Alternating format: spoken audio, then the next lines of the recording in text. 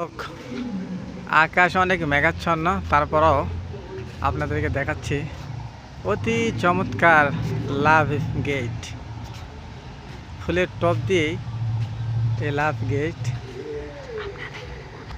অনেক সুন্দর জায়গা, যদি ভালো লাগে অবশ্যই আসবেন, আপনাদের মন ফ্রেশ হয়ে যাবে।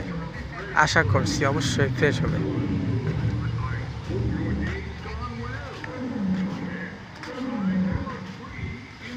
আবারও বলছি, রাজশাহী সাফিনা পার্ক। দেখুন এই থমগুলি, রটের থম্বা অনেক চমৎকার, অতি চমৎকার। সুপ্রিয় দর্শক, দেখুন মনোমুগ্ধকর পরিবেশ।